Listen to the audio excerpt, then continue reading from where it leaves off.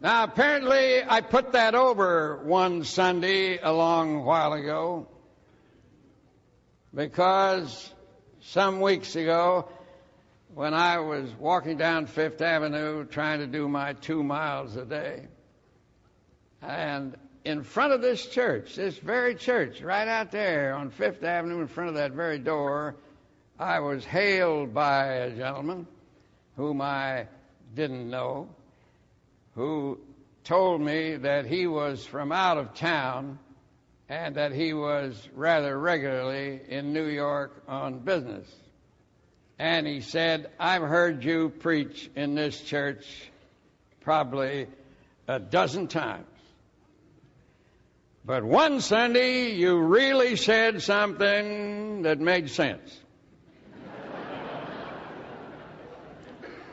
I said, "One time out of 12.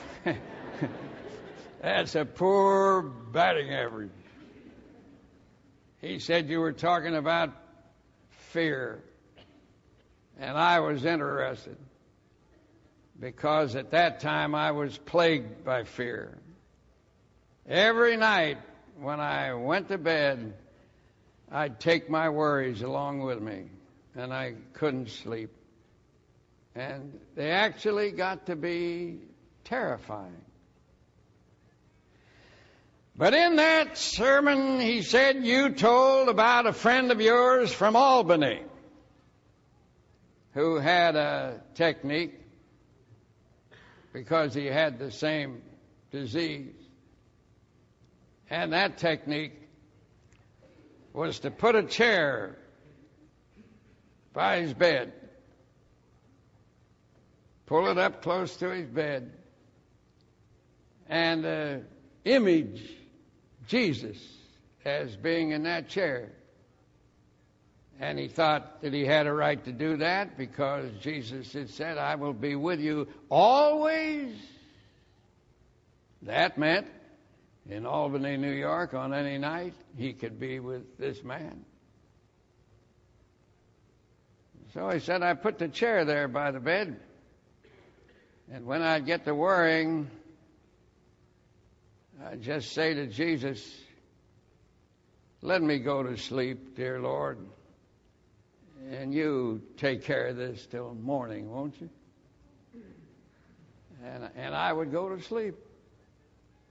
"Well," said this man from out of town that I met out in front of the church, he said, "That seemed to me like a very simple kindergarten-y sort of a suggestion to be offered in a distinctive Fifth Avenue church by a so-called educated preacher.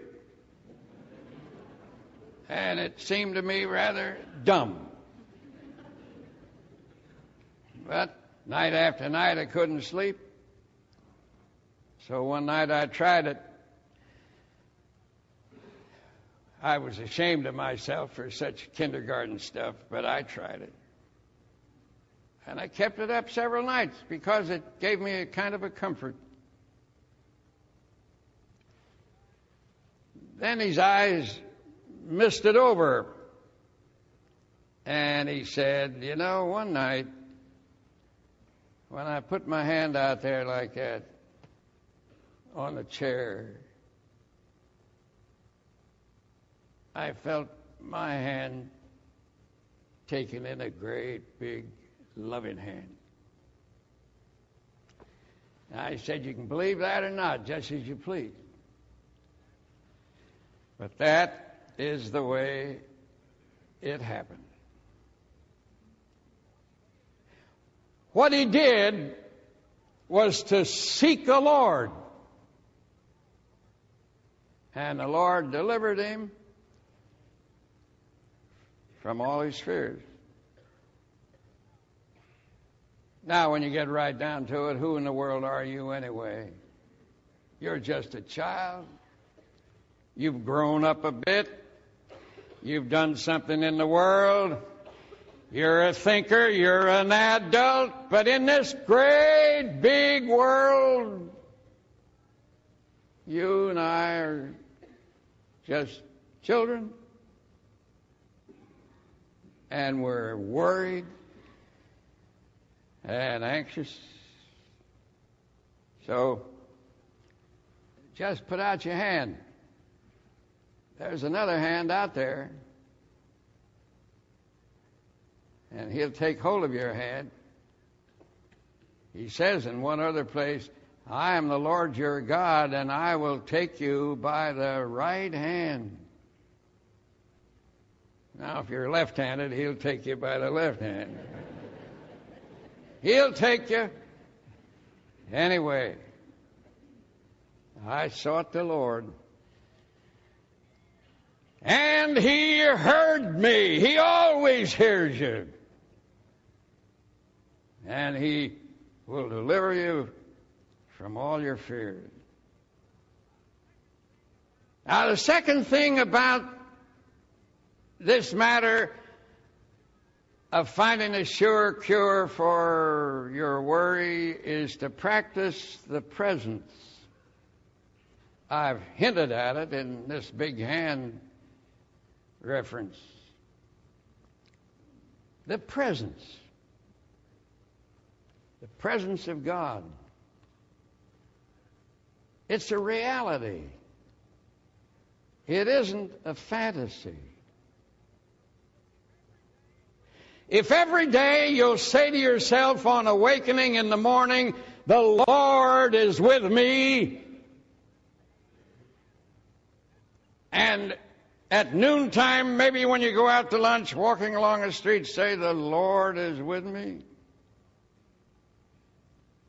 When you go home at night, say, the Lord is with me. Just before you go to sleep, after you've turned out the light and looking into the darkness, you say, the Lord is with me.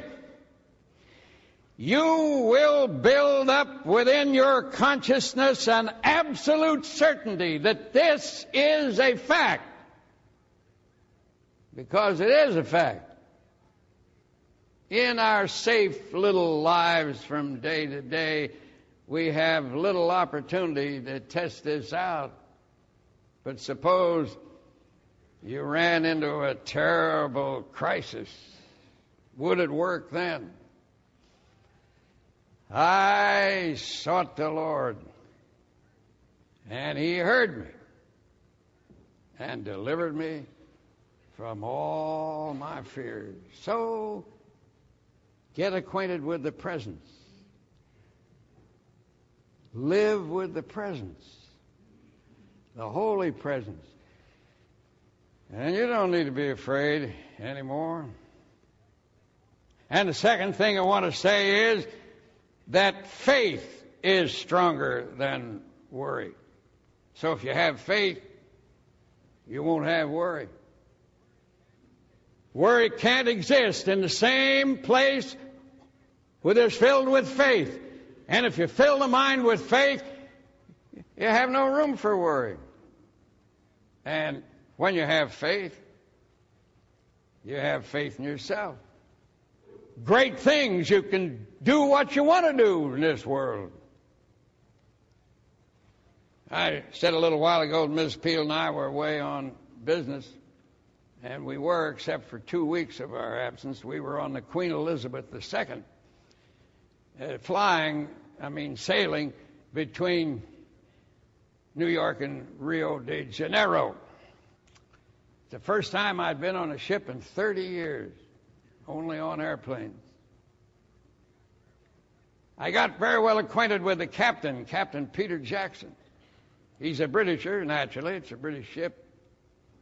He's a great seaman. I got to know him quite well.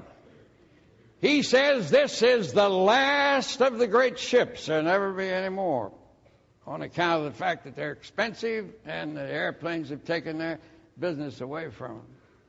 When this goes, that's it. So he says.